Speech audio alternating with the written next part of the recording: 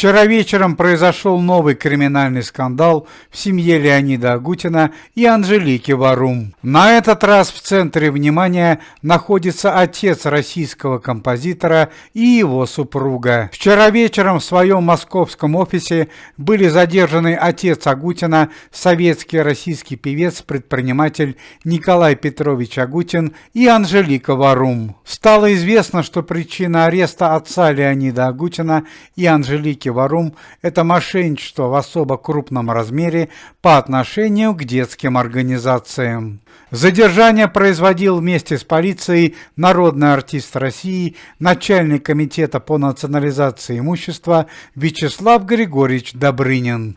После ареста Агутиных Вячеслав Добрынин сделал жесткое заявление.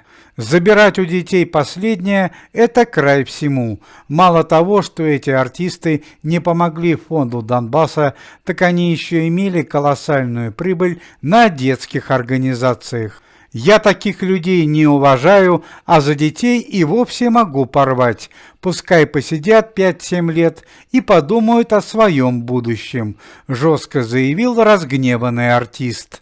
Стали известны подробности мошеннических действий и предполагаемое наказание для ниже упомянутых артистов. Бывший участник ВИА «Голубые гитары» и российский предприниматель Николай Петрович Агутин и Анжелика Варум до недавнего времени имели свой строительный бизнес на территории Российской Федерации.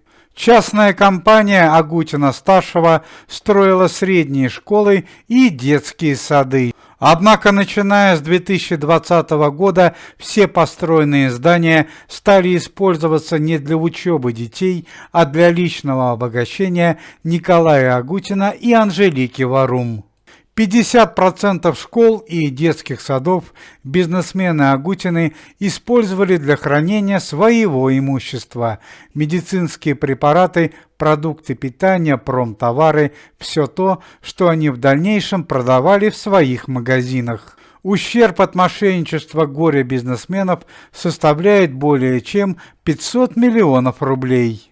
Помимо уголовных дел, заведенных на Николая Петровича и Анжелику Юрьевну, полиция заинтересовалась курирующими органами, которые закрывали глаза на подобные безобразия.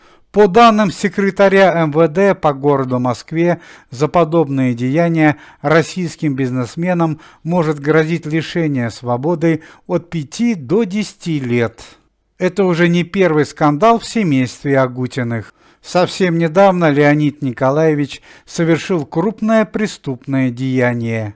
Во время мобилизационных сборов в военкомате, куда он направился добровольно, артист ранил охранника учреждения и совершил побег с военкомата. Это запутанное дело до сих пор не закончено, и артист ждет своего наказания.